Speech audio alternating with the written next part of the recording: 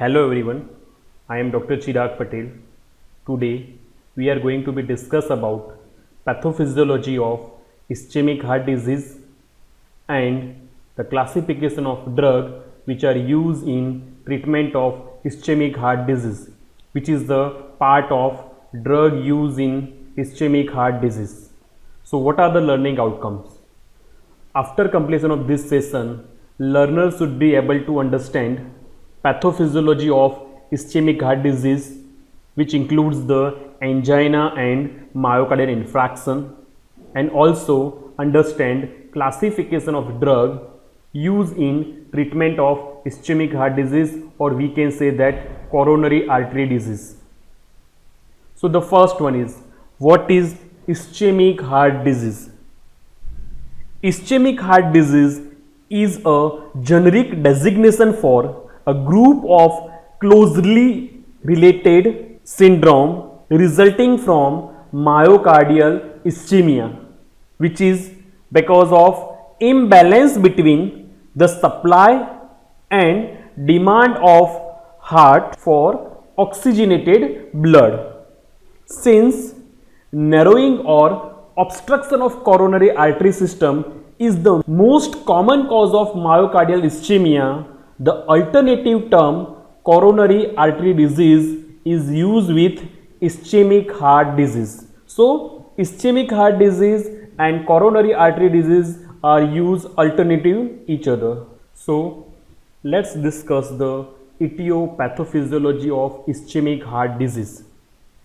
So myocardial ischemia, which is because of imbalance between the oxygen supply and its demands to heart, means if demand is increased, or on the base of this demand, if heart is unable to supply the blood, then it leads to the ischemia. So first we will focus the supply. So the coronary artery supply blood to myocardium.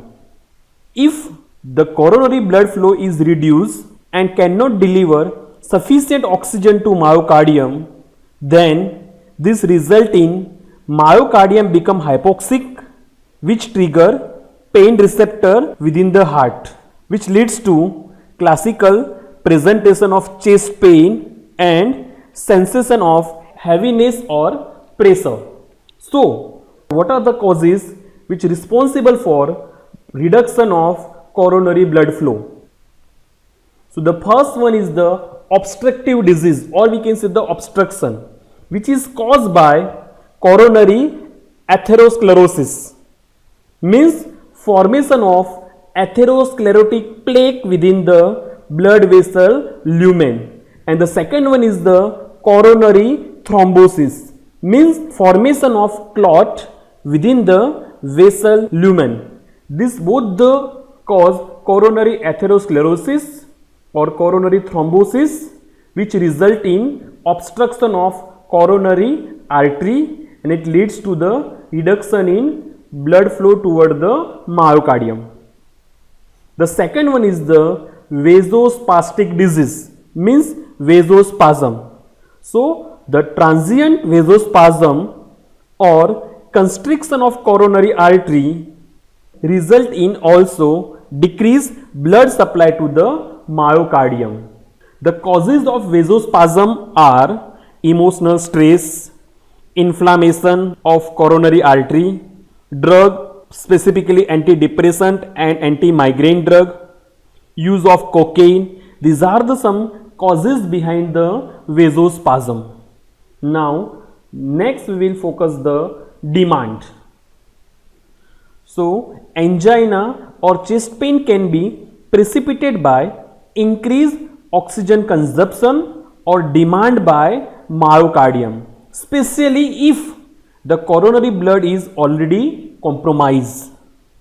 So when the demand of oxygen is increased by myocardium, the first one is the increase the contractility, increase the heart rate, and this both regulated and increased by the sympathetic nervous system. So if the sympathetic nervous system is activated or adrenaline or noradrenaline is released, it leads to the increase the contractility or increase the heart rate, or which leads to the increase the demand of oxygen in myocardium. The second one is the increase the wall stress of myocardium, which is depend onto the preload and afterload. So if the preload and afterload is increased, it leads to the increase the ventricular wall stress and ultimately increase the myocardium demand. So decreasing either coronary flow or increase oxygen demand or combination of these two will decrease the oxygen supply or demand ratio and leads to myocardium hypoxia and stimulation of pain receptor within myocardium, which result in severe chest pain. So what are the targets of ischemic heart disease, or we can say that anginal pain? So the first one is the coronary dilator. Coronary dilator increase blood supply to myocardium during obstructive disease as well as vasospastic disease. Example of coronary dilators are organic nitrates. The second one is the vasodilator. Vasodilator specifically arterial dilator and varodilator. Arterial dilator decrease the afterload and the venodilator decrease the preload, and ultimately this dilator decrease the demand of oxygen to myocardium. The example of vasodilator are organic nitrates, calcium channel blocker and potassium channel opener. The third one is beta blocker, which block the effect of sympathetic nervous system, which result in decreased heart rate and decrease the contractility and ultimately decrease the demand of oxygen. Other supporting drug which act on the causes of coronary artery disease are hypolipidemic drug, which decrease the lipid and cholesterol level in blood, which is responsible for the atherosclerosis. The example of hypolipidemic drug which is used in coronary artery disease is statin. Second is the antiplatelet drug, which inhibit platelet aggregation and it also help in coronary artery disease. The examples are aspirin or clopidogrel. The third one is the fibrinolytic agent, which prevent the thrombus formation. So this is the etiopathogenesis of coronary artery disease and the drug which are used in treatment of coronary artery disease. The next is what are the clinical manifestation of ischemic heart disease. So the clinical manifestation of ischemic heart disease can be divided into 4 syndromes. The first one is the angina. Angina is a chest pain or which is because of ischemia, which is less severe and does not cause death of cardiac myocyte. Further divide into the 3 types: stable, unstable and variant angina. The second one is the myocardial infarction. The regional ischemia result in a death of cardiac muscle, or we can say that necrosis. This is called the myocardial infarction or heart attack, which are 2 types: transmural myocardial infarction and the second one is the subendocardial myocardial infarction. The third one is the chronic ischemic heart disease with heart failure and the fourth one is the sudden cardiac death. So these 4 are the clinical syndrome or manifestation of ischemic heart disease. The triad of unstable angina, myocardial infarction and sudden cardiac death is known as acute coronary syndrome. Next, let's understand the progress of clinical manifestation of ischemic heart disease. More than 90% patients with ischemic heart disease have atherosclerosis of one or more coronary artery, while the other causes are responsible for remaining 10% cases. So, atherosclerosis or atheroma resulting fixed coronary obstruction, which leads to the first manifestation, and which is the stable angina. The attack of stable angina are predictable and provoked by exercise, emotion, eating or coitus.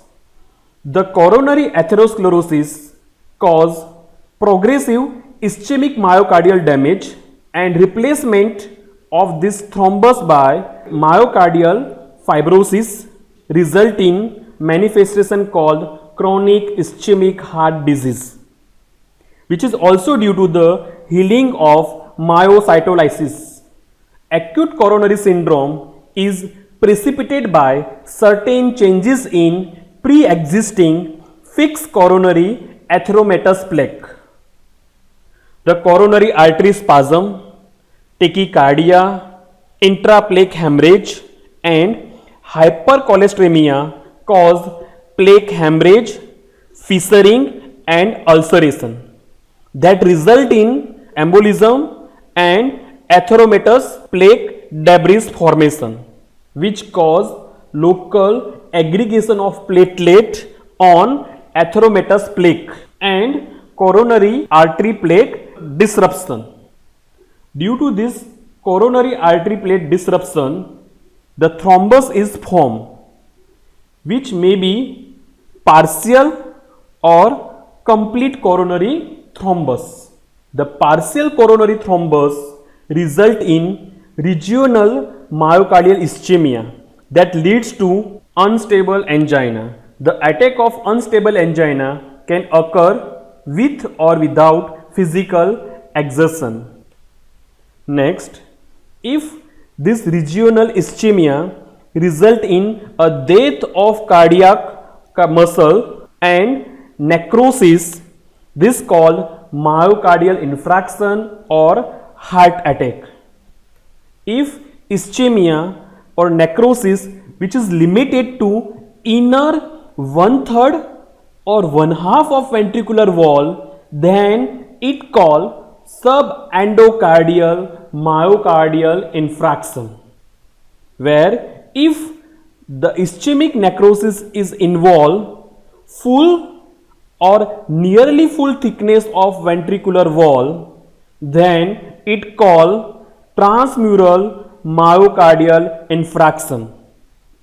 And the finally sudden cardiac death means the sudden death within 24 hours of onset of cardiac symptom, which frequently because of ischemia induce fatal ventricular arrhythmia. All are the progression of different manifestation of coronary artery disease, which include the stable angina, then after unstable angina, then acute subendocardial myocardial infarction, acute transmural myocardial infarction and sudden cardiac death. Next, let's discuss or differentiate the different types of angina and different types of myocardial infarction. So the first one is stable angina. The attack of stable angina are predictable and provoked by exercise, emotion, eating or coitus, and subside when the increased energy demand is withdrawn. It is appear to be caused by reduction of coronary perfusion by severe atherosclerotic plaque of larger coronary arteries. Typical angina is usually relieved by rest or nitroglycerin. The drug that primarily reduce the cardiac work are useful in case of stable angina.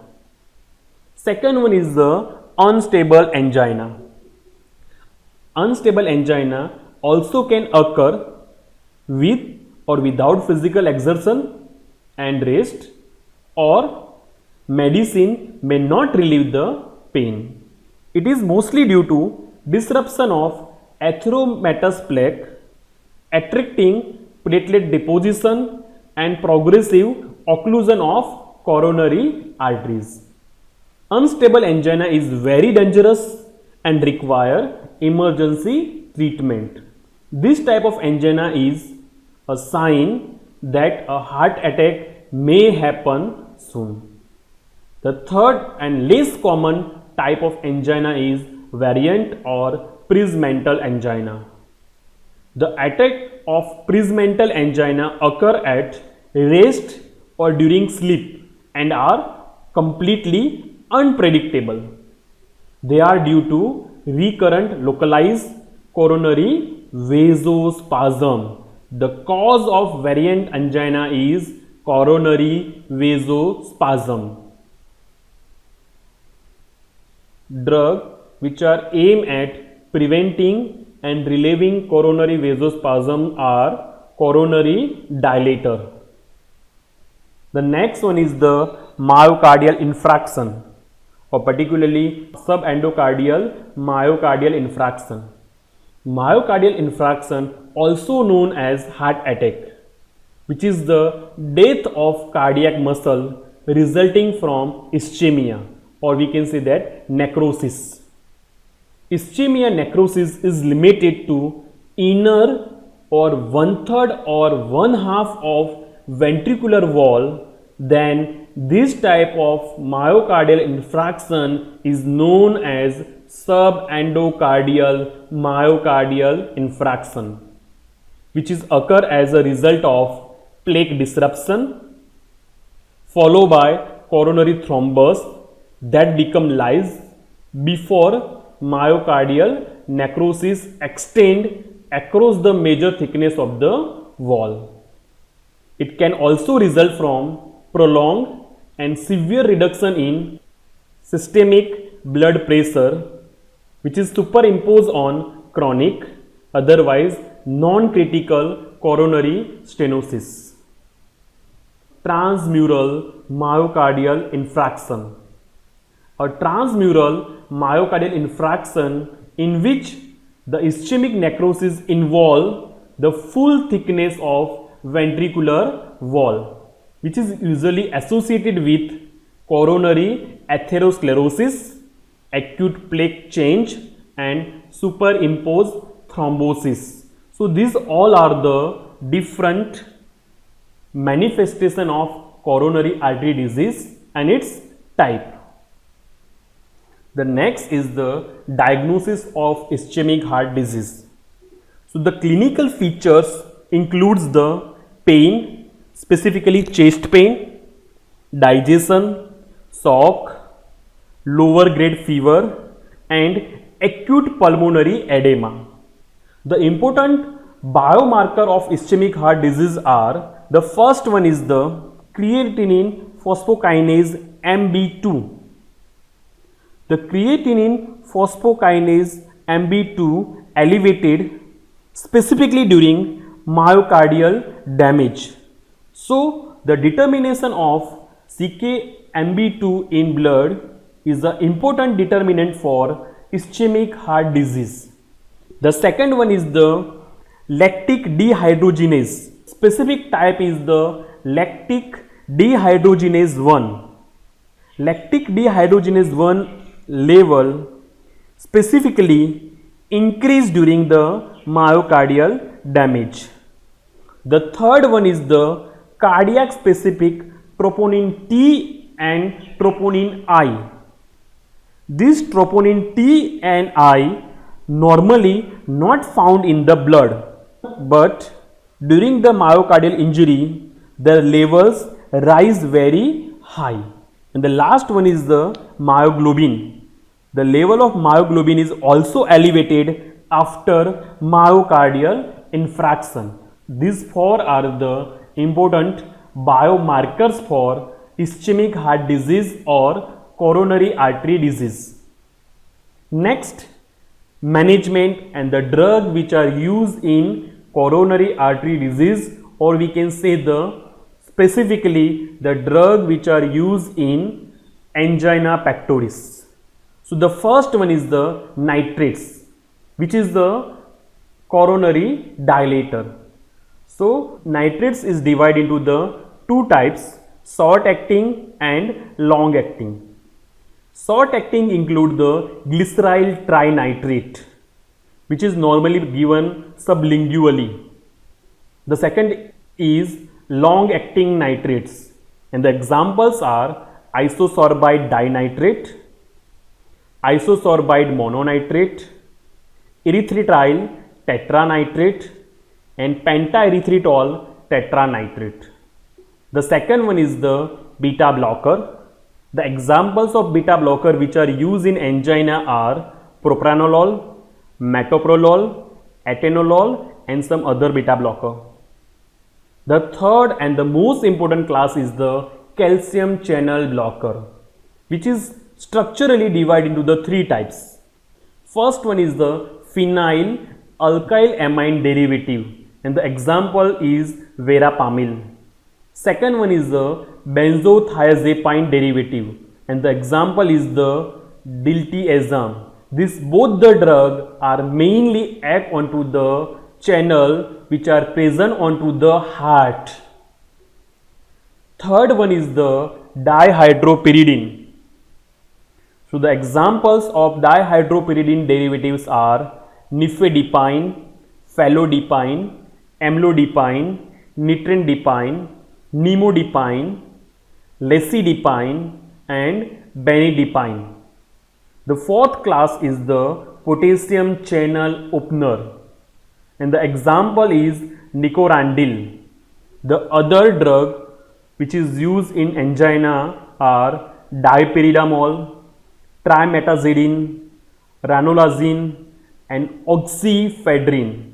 So these are the drugs which are used in angina. Some other supporting drug also used in treatment of ischemic heart disease or in severe angina.